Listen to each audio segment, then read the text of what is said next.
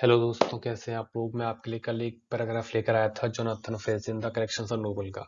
आज मैं उसका पार्ट 2 लेकर आया हूं। जो बच्चे एफकेट या बैंकिंग की प्रिपरेशन कर रहे हैं उनको बेहतर तरीके से इंग्लिश के बारे में अच्छी जानकारी देने के लिए यहाँ पर मैं दूसरा पार्ट लेकर आया हूँ। मैं क्या करूंगा, यहाँ पर आपको एक पैसेज दूंगा जो मैं अच्छे से एक्सप्लेन करूंगा और क्या किया मैंने आपको। इसके साथ साथ मैंने आपको आज वर्ड मीनिंग्स भी दिए, जो नोवेल्स में कुछ वर्ड्स दिए गए जो हार्ड वर्ड्स होते हैं जो दिए गए थे। तो let start. Lamberts no longer heard the message of bell ringing. Lamberts क्या है, पर्सन का नेम है। नो लॉन्गर मतलब लंबे समय तक, heard the message of bell ringing मतलब लंबे समय से घंटी बज रही थी जो कि लैम्बर्ट्स को सुनाई नहीं दी। But as with any sound that continues for so long that you have the leisure to learn its component sounds. मतलब क्या कह रहा है यहाँ पे, लेकिन एज विद एनी साउंड, जो साउंड लगातार बजती जा रही है बहुत लंबे समय तक, तो आपके पास क्या है, लेजर माने फ्री टाइम है, to learn its component sound, आप उसकी कंपोनेंट साउंड से कुछ सीखने को मिल सकता है। तो कंटिन्यूस में लगातार कोई साउंड्स बज रही है तो आप उससे कुछ सीख सकते हैं फ्री टाइम में। Component sounds, as component sounds का मतलब क्या है, as with any word you stare at until it resolves itself into a string of dead letters. यहाँ पर जो डेड लेटर्स है इसका मीनिंग क्या है, ऐसा मैसेज जो आप तक नहीं पहुंच रहे। कभी कभी क्या होता है, कोई साउंड आपको बार बार सुनाई दे रहा है मतलब वो आपको कुछ बताना चाह रहा है पर आप उसे समझ नहीं पा रहे हैं, तो कंपोनेंट साउंड का वही सेंस है। या फिर जैसे आपके पास आपका फ्रेंड फेसबुक या व्हाट्सएप यूज कर रहा है, उसके पास मैसेज आए जा रहे हैं ढूंढ ढांग ढूंढ आवाज के साथ, टिंग टिंग टिंग करके, आप उसे सुनते रहोगे बट आप कुछ समझ नहीं पाओगे। आप क्या होगा, अंदर ही अंदर व्याकुल होते रहोगे, लगातार कोशिश करोगे वो कहना क्या चाह रहा है। या फिर टाइप करते तो आप टाइपिंग, उसकी टाइपिंग को सुनते रहोगे। आपका फ्रेंड है या सिस्टर ब्रदर जो भी है मैसेज आपके पास बैठे कर रहा है तो आप उसकी साउंड को सुनते रहोगे और खुद ही खुद उसे समझने का प्रयास करोगे कि आखिर चल क्या रहा है। तो वही चीज यहाँ पर बताई गई है। तो यहाँ पे जो लेजर, लेजर का मीन्स क्या होता है, फ्री टाइम होता है। String of dead letters means क्या होता है, ऐसे मैसेज जो आप तक पहुंच नहीं पा रहे हैं बट वो आते जा रहे हैं, ठीक है। इंस्टेड माने बजाय, heard a clapper rapidly striking a metallic resonator, मतलब क्या है, इसकी बजाय आप क्या सुने, क्लेपर रैपिडली मतलब एक लोहे के ड्रम को धुआंधार बजाने के साथ। रीजनेटर क्या होता है, डिवाइस होती है जो साउंड क्रिएट करती है, clear. Not a pure tone, वो प्योर टोन नहीं होती है but a granular sequence of percussions with a keening overlay of overtones. Means क्या होता है, जो टोन्स होती है उसकी ओवरले होती है। परक्यूशंस माने एक श्रृंखला, sequence of, granule sequence of परक्यूशंस मतलब एक टोन की श्रृंखला एक दूसरे के साथ ओवरले करती जा रही है। कीनिंग माने क्लियर, जो overlay overtones ringing for so many days,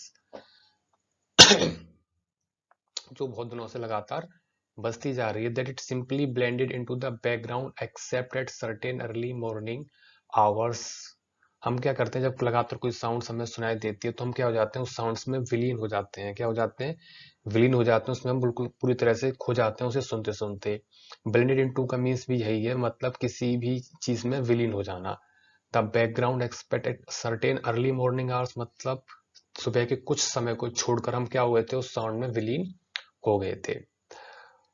When 1 or 3 in the afternoon, जब दोपहर के 1 या 3 बज चुके थे, was a time of danger, वो टाइम क्या था, खतरे की घंटी थी। In these bureaucratic suburbs of St. Jude, जो ये है bureaucratic suburbs, ये क्या होता है, एक ग्रुप या सोसाइटी होती है जहाँ पर और लोग उसे कंडक्ट कर रहे होते हैं। जैसे घर में मुखिया होते हैं, बहुत बूढ़े बूढ़े लोग होते हैं, तो क्या करते हैं, पूरे घर का माहौल वही बुजुर्गों के हाथ में होता है। तो इसी तरह से ये टर्म है bureaucratic, जेरोंटोक्रेटिक suburbs.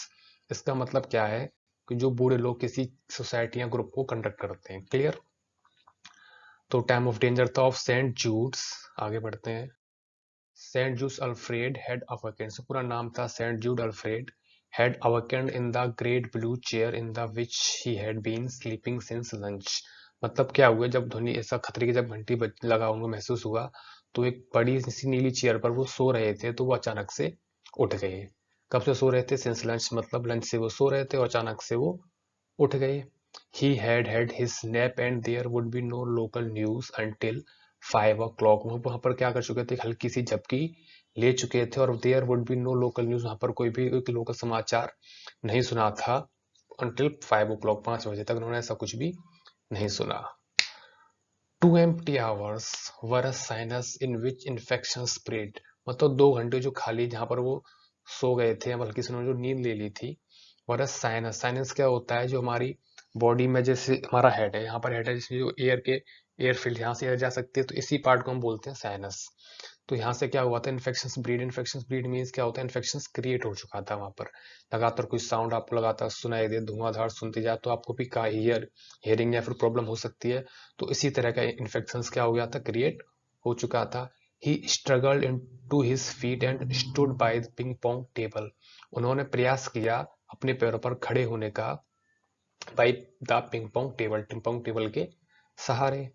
Listening in vain for Enid, और वो एनिड की बातों को सुन रहे थे जो कि व्यर्थ की बातें थी, मतलब ऐसा उनसे कोई समाधान नहीं निकल सकता। वेन मीन्स क्या होता है, व्यर्थ की, मतलब जिससे कोई हमारे पास सॉल्यूशन निकल कर ना आए। तो वो कोशिश कर रहे थे एनिड की बातों को सुनने का। Ringing throughout the house was an alarm bell that no one but Alfred and Enid could hear directly. पूरे रिंगिंग थ्रू आउट मतलब थ्रू आउट मीन्स पूरे घर में, पूरी तरह से। The house was an alarm bell, पूरे घर में अलार्म की बेल धुआंधार बज रही थी, बट उसे कोई नहीं सुन सकता था। अल्फ्रेड और एनिड जो थे उसे सीधे डायरेक्टली सुन सकते थे। It was the alarm bell of anxiety, ये क्या थी, एक चिंता की अलार्म थी, मतलब इससे आपके मन में बेचैनी का भाव उत्पन्न हो गया कि किस तरह की अलार्म बज रही है, आपको नहीं पता उसके बारे में क्या हो रहा है, एकदम घबराए हुए से आप हो जाते हैं। तो उस टाइप की कंडीशन यहाँ पर क्रिएट हो चुकी थी। कभी कभी होता है जब साउंड्स लगातार धुआंधार आते रहे, आपके कान सुन हो जाते हैं, आपको सुनाई नहीं देता है और आप समझ नहीं पाते हैं आखिरकार हो क्या रहा है, क्या चल रहा है, क्या चल रहा है, आप घबरा जाते हैं, बेचैन हो जाते हैं। बेचैन का मैंने आपको कल वर्ड बताया था, restless. It was like one of those big cast iron dishes with an electric clapper that sent school children into the street in the fire drills। मतलब ये क्या था, ये इस तरह की घटना थी कि एक जो लोहे की बड़ी आयरन होती है, जैसे नॉन पिन स्टिक्स होती हैं जिन पर ऐसे हम कुछ डिश बनाते हैं, उस तरह की क्या थी, एक पेन थी और इलेक्ट्रिक कैपर से चलती है।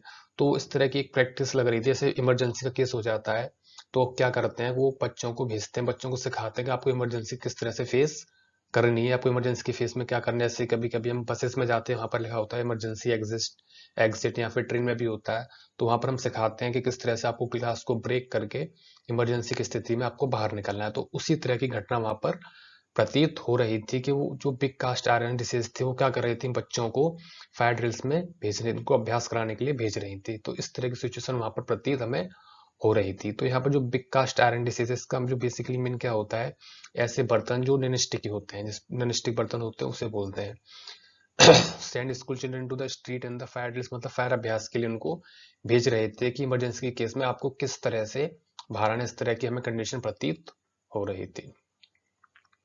तो ये हमारा पूरा जो फ्रेज जो है मैंने आपको एक्सप्लेन किया, आई होप आपको अच्छे से समझ में आया होगा। आप इसे एक बार फिर से पढ़ लीजिएगा और कोशिश कीजिएगा मैंने किस तरह से क्या बताया, और आप इसमें कुछ तरह से इम्प्रूवमेंट कर सकते हैं। यहाँ पर आप देख सकते हैं हेड, वीकेंड, और भी कुछ सीख सकते हैं। हेड के बाद क्या आती है, वर्ब की थर्ड फॉर्म आती है। तो हेड के साथ क्या आ रहा है, वीकेंड आ रहा है, वर्ब की थर्ड फॉर्म है। In the great blue chair in the which he had been sleeping since lunch he had, यहाँ पर हेड का 2 बार यूज हुआ है, ये भी आप अच्छे से समझ सकते हैं। And nap and there would no be local news until 5 o'clock, 5 बजे तो कोई भी लोकल न्यूज नहीं होगी। Two empty hours were a sinus, a sinus क्या होता है, जो हमारी एयर फिल्ड स्पेसेस होते हैं हमारे स्कल में, उसको बोलते हैं साइनस। इन विच इन्फेक्शंस ब्रेड, यहाँ से इन्फेक्शंस पैदा होने का खतरा ज्यादा होता है। He struggle to his feet and stood by the ping pong table, एक पिंग पोंग टेबल के सहारे वो क्या हो गया, खड़ा हो गया। Listening in a vain, vain का मीन्स क्या होता है, यहाँ पे एक ऐसी अवस्थित या फिर अव्यवस्थित साउंड जिसके कोई नतीजा ना निकले। एंड इट्स यहाँ पर किसी पर्सन का नेम है। रिंगिंग थ्रू आउट मतलब पूरी इस तरह से पूरे घर में बजना। Was an alarm bell that no one but Alfred and and it could hear directly, उसे सुन सकते थे। तो यहाँ आप देख सकते हैं, देखिए यहाँ पे भी ये भी पास्ट है, और इसके साथ जो अदर जो सेंटेंस जुड़ा है वो भी क्या है, हमारा पास्ट सेंटेंस है। तो आपको एक रूल यहाँ पर कंफर्म हो गया होगा दिमाग में, अगर एक सेंटेंस पास्ट का रहा हो दूसरा भी किस में आएगा, वो भी पास्ट में आना चाहिए। It was the alarm bell of anxiety, क्या थी, खतरे की घंटी थी, चिंता की घंटी थी। It was like one of those big cast iron dishes with an electric clapper that send school children into the street in fire drills. तो आई होप आपको पूरा पैराग्राफ यहाँ पे से समझ में आ गया होगा। आपको इसी तरह से रीड करना है और उसे समझना है कि इसमें किस तरह से आप आरसी या फिर फिल्म मीनिंग्स को फाइंड कर सकते हैं। यहाँ पर आपको ग्रामर के रूल्स भी लगाकर देख सकते हैं, नाउन भी फाइंड कर सकते हैं, एडजेक्टिव भी फाउंड कर सकते हैं। These are basically general questions which are put in AFCAT और बैंकिंग एग्जाम्स। यहाँ पे मैंने आपके लिए कुछ वर्ड मीनिंग्स भी दिए हैं जो कि इस पैराग्राफ में दिए गए थे। जैसे कि पहला लेजर, लेजर मीन्स क्या होता है, फ्री टाइम, मतलब ऐसा टाइम, फ्री टाइम, आप आईआरसी का टाइम जिसे बोल सकते हैं, तो उससे हम क्या बोलते हैं, लेजर बोलते हैं। रीजनेटर क्या होता है, रीजनेटर जो हमारा एक साउंड डिवाइस होती है जो क्या करती है, साउंड को क्रिएट करती है, बजाने के लिए काम आती है, उससे बोलते हैं resonator. String of dead letters, SMS could not be deliver, ऐसा मैसेज जो आपके पास नहीं पहुंच पा रहा है। या फिर सिंटेक्स एरर, सिंटेक्स एरर क्या होता है, जो जनरली बच्चे आईटी के बच्चे होते हैं उनको पता होगा क्या होता है सिंटेक्स, जब वो प्रोग्रामिंग करते हैं उसमें एरर आ जाती है तो उसे बोलते हैं सिंटेक्स एरर। इस टाइप के मैसेज जो डिलीवर नहीं हो सकते उससे बोलते हैं स्ट्रिंग ऑफ डेड लेटर्स, या फिर ऐसी साउंड्स जो आप तक पहुंच रही है बट आप उसे समझ नहीं पा रहे हैं। क्लियर। ग्रेनुअल क्या होता है, made of mass of small hard pieces, मतलब कोई स्मॉल हार्ड पीसेस, कोई छोटा सा टुकड़ा बना हुआ है, या फिर आप यहाँ पर हार्ड फीलिंग्स ही बोल सकते हैं। आपकी फीलिंग्स, जो हार्ड फीलिंग्स होते हैं उसे भी ग्रेनुअल के टर्म में यूज कर सकते हैं। परक्यूशन क्या होता है, म्यूजिकल इंस्ट्रूमेंट होता है जो साउंड क्रिएट करता है, जैसे वीणा आदि से साउंड्स क्रिएट होते हैं, साउंड्स की जो लहरें बन बन के आती हैं, उस टाइप की फॉर्म को हम परक्यूशंस बोलते हैं। फिर म्यूजिकल इंस्ट्रूमेंट को हम क्या बोलते हैं, परक्यूशंस बोलते हैं। जेरोन्ट्रेकेटिक क्या होता है, ग्रुप होता है जो कि ओल्ड पीपल के द्वारा गवर्न किया जाता है, या फिर जो बुजुर्ग लोग होते हैं किसी ग्रुप को चलाते हैं, या फिर जो बूढ़े लोग जिस ग्रुप को चला रहे हैं उसे बोलते हैं जेरोन्ट्रोक्रेटिक। साइनस क्या होता है, एयर फील्ड स्पेसेस होते हैं इन द स्कल। स्कल क्या होता है, खोपड़ी होती है हमारी जो हड्डियों से घिरी हुई है, यहाँ पर जो एयर फील्ड स्पेसेस होते हैं जैसे नोज है, ईयर्स है, these are space called sinus. Cast iron disease क्या होती है, नॉनस्टिक पेन्स और पॉट्स जो चिपकते नहीं, आप डिशेस अच्छे से बना सकते हो, जैसे ब्रेड सेकते हैं कभी कभी चिपक जाता है बर्तनों पर, तो इस तरह की घटना नहीं होती इस तरह के पेन्स एंड पॉट्स पर। तो आई होप आपको ये पूरा सब कुछ जो मैंने एक्सप्लेन किया समझ में आ गया। Don't forget to like and subscribe. Thank you.